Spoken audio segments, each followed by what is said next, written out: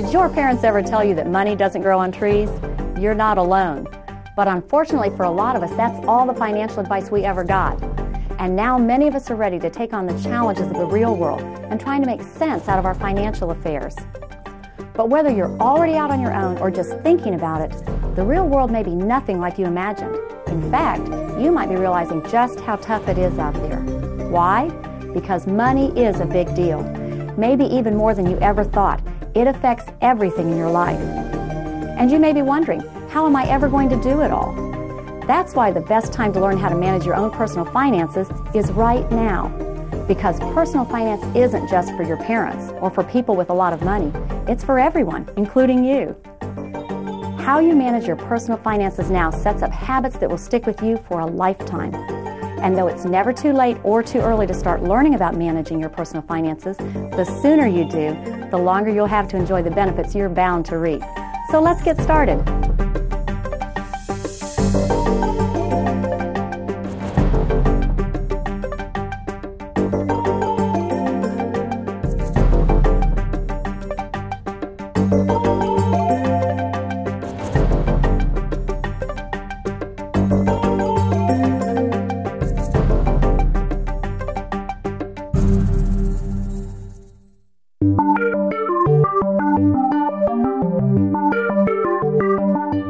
Okay, so we already know that money can't grow on trees. But did you know that money can grow?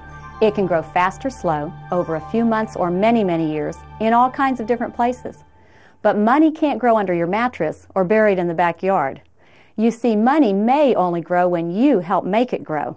You used to hear the stories about people saying that they were going to put their money in a shoebox or something like that, and say that that obviously isn't something that you would want to do because you can't earn money from saving that money. You're not earning interest, and that's part of the whole point of saving money, is that you would earn interest off of the things that you have set aside. Let's say you start off with $50 and you earn interest that particular month of $1. You might have $51. Well, next month you're going to put in another $50. Let's say your budget allows you to put $50 more. Well, now you have $101 in your account, and next month you'll earn $2 interest, and now you've got $102, and so forth. And it just builds on itself. It compounds. The interest, pays itself on top of itself, and then you're adding more money to the account as well.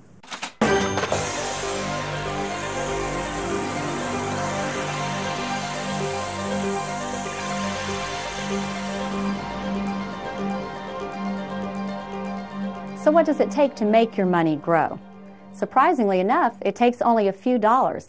In fact, a penny saved is indeed a penny earned, and sometimes even more. It's got to be part of the plan. It has to be something that you do all the time. It's part of your normal budget. Hopefully at least 10% of the money that you earn is going in a savings account. If you can only afford $5 a week or $1 a day, then you need to get started somehow, somewhere with your savings so that you can build a nest egg and build your financial security. Now, if you're like a lot of people just making ends meet, you may be wondering exactly where you're going to find even a few extra bucks. Well, remember what we already know. The little things do add up. So while you can't cut corners on fixed expenses like rent or a car payment, you can begin saving and investing when it comes to variable or flexible expenses. Things like DVDs, magazines, movie tickets, and even food.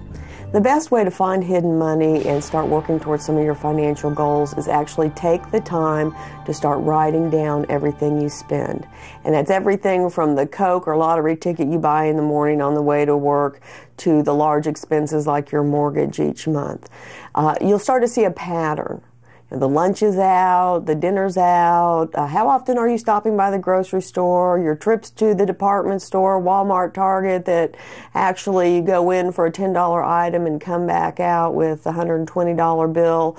Those things and those places where you spend your discretionary income, which is your income after your bills are paid, that's the money you want to get control of. Really sit down and be realistic with yourself and say, do I really have to have this week, or do I have to, can I cut out a cup of coffee at the store each day, and save that extra, 75 cents for a cup of coffee or whatever, $1, and you say that over 30 days, that's $30. I mean, so that you can find room in your budget to save. You just have to look at it, and you have to tweak it and get it to make it comfortable to you, and then realize when you're saving that money, you can see your money grow, and it's an encouraging sign to you. It keeps you going. Finding money to save and invest is really a lot easier than you might have thought.